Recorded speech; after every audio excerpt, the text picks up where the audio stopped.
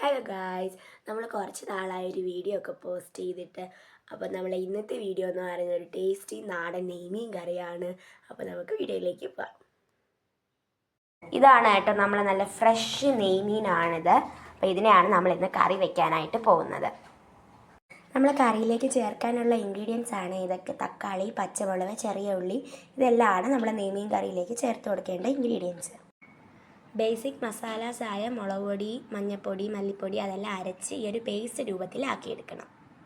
അതിനുശേഷം ഉരുളി വെച്ച് എണ്ണ ചൂടാക്കിയതിന് ശേഷം നമ്മൾ കുറച്ച് ഉലുവ അതിലേക്ക് ഇട്ട് കൊടുക്കുക. നമ്മൾ നേരത്തെ എടുത്തു വെച്ച ചേരുവകൾ എന്നിട്ട് ഇതിലേക്ക് ഇട്ട് കൊടുക്കാം.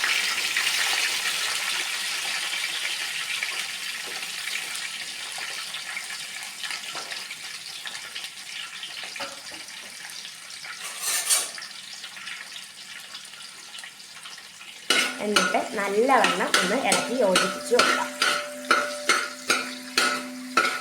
ഈ ഒരു ലോ ഫ്ലെയിമിൽ വെക്കാൻ പാടുള്ളൂ. അധികം കൂട്ടി വെച്ചാൽ കരിഞ്ഞു പോകാനുള്ള ചാൻസ് ഉണ്ട്. ഇതൊന്ന് വാടി വരുമ്പോഴത്തേക്കും അതിലേക്ക് നമ്മൾ നേരത്തെ എടുത്തു വെച്ച മസാല ഒന്ന് നമുക്ക് ഒഴിച്ചു കൊടുക്കാം. മസാലയും നമ്മൾ നേരത്തെ ഇട്ട കൂട്ടും കൂടെ നല്ലവണ്ണം ഒന്ന് ചട്ടിയിൽ കിടക്കും. നമ്മൾ നേരത്തെ എടുത്തു വെച്ച മസാലയും ആദ്യം ഇട്ട കൂട്ടും നല്ല രീതിയിൽ നമുക്കൊന്ന് ഇളക്കി യോജിപ്പിച്ച് കൊടുക്കാം. ഇതെല്ലാം ചെയ്യുമ്പോൾ വളരെ ഒരു ചെറിയ ലോ ഫ്ലെയിമിലായിരിക്കണം. അധികം കൂടിയാൽ കരിഞ്ഞു പോകും. കുറച്ച് നേരത്തേക്ക് ഇതങ്ങനെ തന്നെ ചട്ടിയിൽ ഇരിക്കട്ടെ. ഒരു ചെറിയ തിള വന്നതിന് ശേഷം നമ്മളെ പ്രധാനപ്പെട്ട കറിവേപ്പില ഇതിലേക്ക് നമുക്ക് ഒന്ന് ഇട്ട് കൊടുക്കാം. അതിനുശേഷം നമുക്ക് ഇതൊന്ന് മൂടി വയ്ക്കാം. അതിനുശേഷം നമുക്ക് നമ്മളുടെ നെയ്മീനെല്ലാം ഇതിലേക്ക് ഇട്ട് കൊടുക്കാം. കറി നമ്മളൊരു 10 മിനിറ്റത്തേക്ക് മൂടി വെച്ചതിന് ശേഷമാണ് കേട്ടോ ഇതെല്ലാം നമ്മൾ കറിയിലേക്ക് ഇട്ട് കൊടുക്കുന്നത്. മീനിനെ നമ്മൾ അധികം ഇട്ട് ഇളക്കാൻ പാടില്ല, എങ്കിൽ പൊടിഞ്ഞു പോകാനുള്ള ചാൻസ് ഉണ്ട്. എല്ലാ മീനും നമ്മളെ കറിയിലേക്ക് നിരത്തി നല്ല രീതിക്ക് ഇട്ട് കൊടുത്തിട്ടുണ്ട്.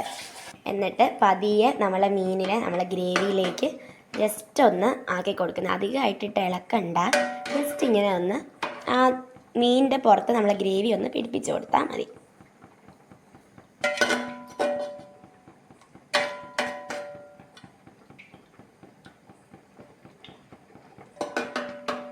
എണ്ണയൊക്കെ കറിയിൽ നല്ല രീതിയിൽ തെളിഞ്ഞ് വന്നതിന് ശേഷം നമുക്ക് കുറച്ച് തേങ്ങാപ്പാൽ നമ്മളെ കറിയിലേക്ക് ചേർത്ത് കൊടുക്കാം.